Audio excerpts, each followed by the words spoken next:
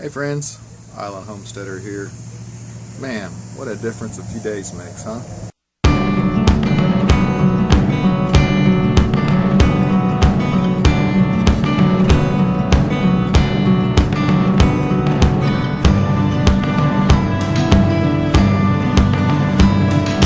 Anyway, it's been a few days since the tropical storm went through. Just want to thank everybody for the response I got on that video that I posted. All the well wishes and the prayers that people said they were saying for us. I really appreciate it. It's been a couple of days and things have really cleared up here a lot. Beautiful day out here. Weather's just been gorgeous since that storm went through. Usually when we get a storm go through like that, the weather just gets really hot and humid. The wind usually dies right out. There's hardly a breeze blowing usually after a storm, but man, it's just been beautiful. The humidity's been real low. The temperature's been down in the 70s. Today's the first day it's going to be in the 80s again since the storm. Had the windows open. We got everything cleaned up over at the other house, or pretty much. We got the house part of it anyway cleaned up. What I'm going to do is I'm supposed to get out and walk every day. Some days it's just too hot, you know. Fall's coming, so that's good.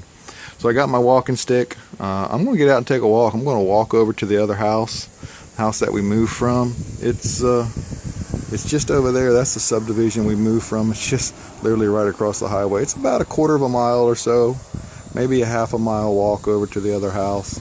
So I'm going to walk over there. I'll take you along and I'll show you what everything looks like over there.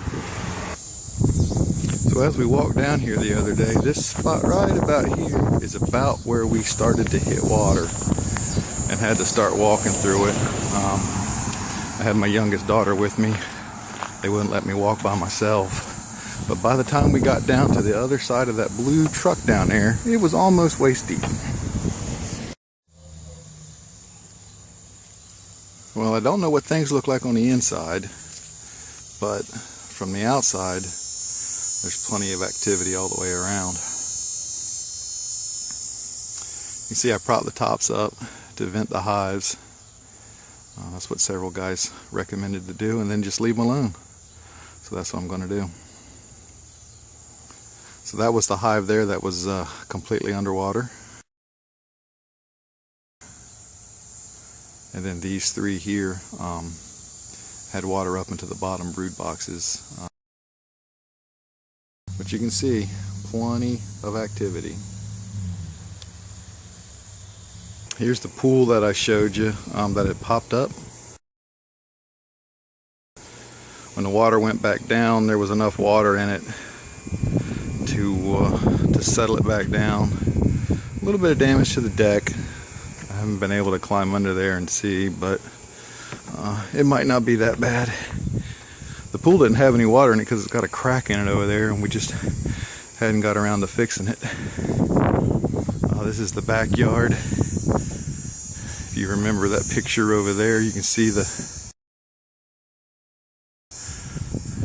grass and stuff and the debris that floated. This tank sitting here, you can clearly see the water line. That's, I don't know, a foot and a half. The back side garage door, you can clearly see a water line there too. That's at least a foot. Lots of debris in the yard. Somebody had a pile of firewood from somewhere floated over. We did have a bunch of lumber in the yard from a construction site a couple streets over, but those guys came over yesterday, I think, and picked it up. But plenty of firewood. I can't get his stuff picked up, so I'm going to have to get somebody to help. But you can see there's plenty of wood in the yard.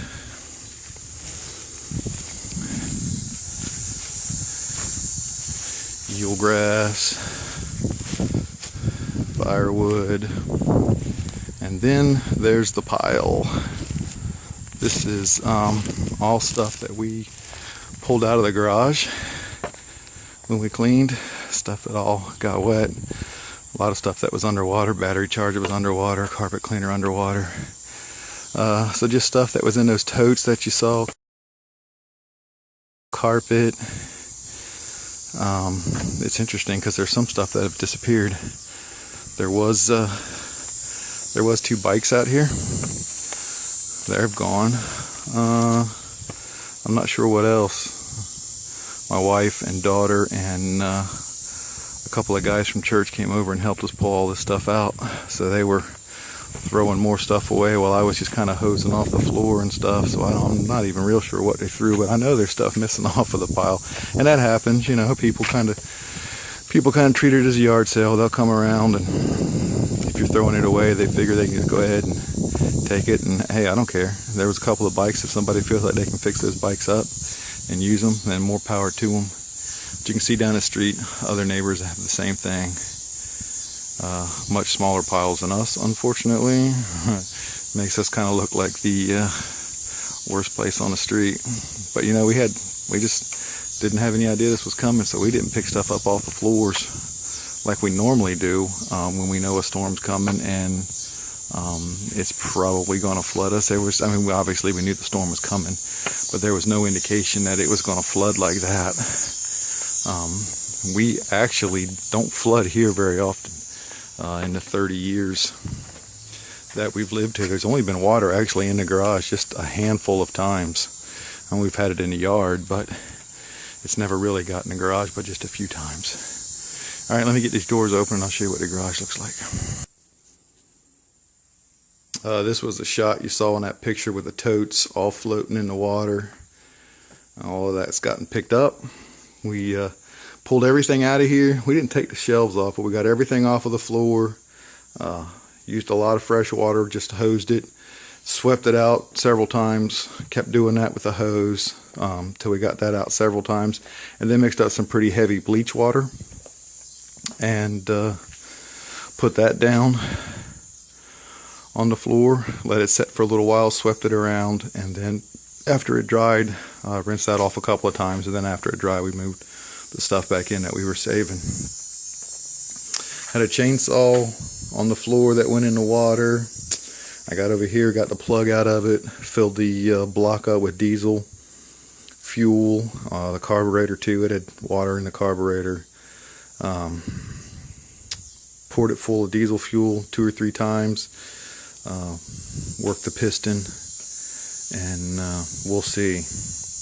I'm just letting it dry out good, and then I'll put some gas in it and try. The chain's still setting in diesel. The bars don't have anything big enough for the bar to fit in. This DeWalt saw went underwater almost completely. It was sitting in a bag on the floor, and it was completely under. So I got it in a bucket of distilled water. Read a couple of places online. Guys that do wooden boat work that had been flooded out, and they said soak it in a bucket of distilled water. It has to be distilled because it has to be pH neutral water, distilled or deionized water, and let it set there. Just soak it in that fresh water for a while, take it out, and then there was some different ideas. Rubbing alcohol. I got a couple bottles of rubbing alcohol and just poured it down in the engine or the motor and all around all the electrical parts, rubbing alcohol, and then let that dry real well. And then I also used some of this CRC electronic cleaner and then this corrosion inhibitor. Just sprayed the electronic cleaner down in there and on all the contacts. I pulled it apart as best I could and just sprayed everything, let it dry, used a lot of compressed air and blew it out. And then sprayed some of this corrosion inhibitor on not really the moving parts, because it kind of creates a sticky film. So I didn't get it on the brushes and stuff, but the contactors and stuff like that, I sprayed that on there. And let me show you what happens. So far,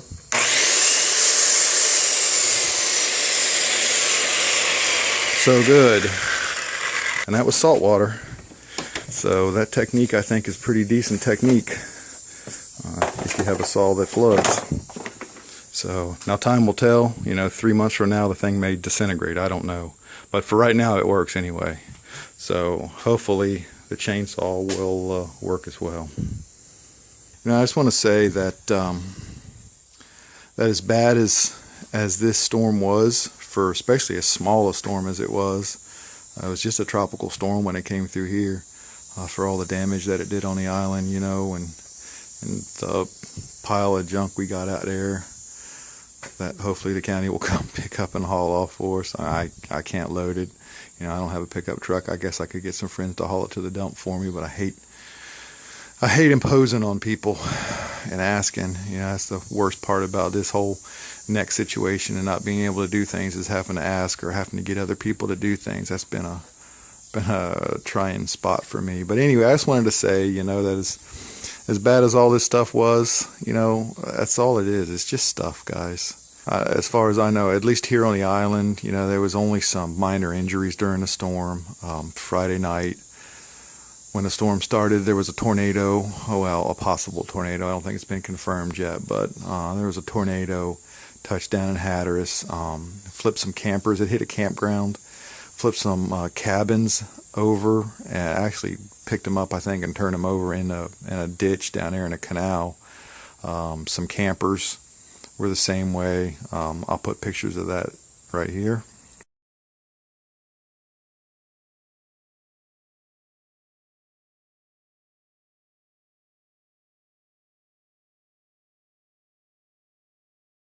That was the only thing I know. That was just some minor injuries that were sustained there. There was people in those things, but just some minor injuries.